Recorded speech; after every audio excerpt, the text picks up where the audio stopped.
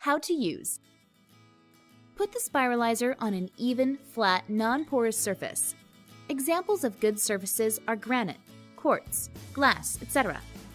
Place the provided plastic container, or a plate or cutting mat, at the end of the spiralizer to catch the spiralized vegetables. Select a blade of your choice and lock it in position. Cut both ends of the vegetable or fruit flat. Hold the spiralizer's body with one hand, while flipping the suction pad's lever all the way to the left to lock it, until the tip of the lever touches the counter surface. Check that the spiralizer is firmly secured to the surface. Push the veggie into the round steel spindle on one side, and the vegetable holder spikes on the other side. Push on the vegetable holder to ensure the veggie is firmly secured in place.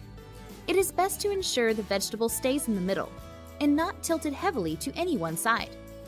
Rotate the side handle to the left. Start spiralizing by turning the turning handle in a consistent clockwise motion. Use the other hand to push the side handle forward to move the vegetable closer to the blade. Ensure the vegetable remains in constant contact with the blade throughout the process.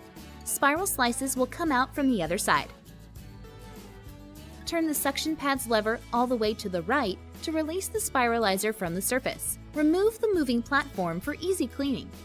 There will be a core leftover, which can either be tossed onto your dish or discarded if it contains just seeds, as with zucchinis, cucumbers, etc.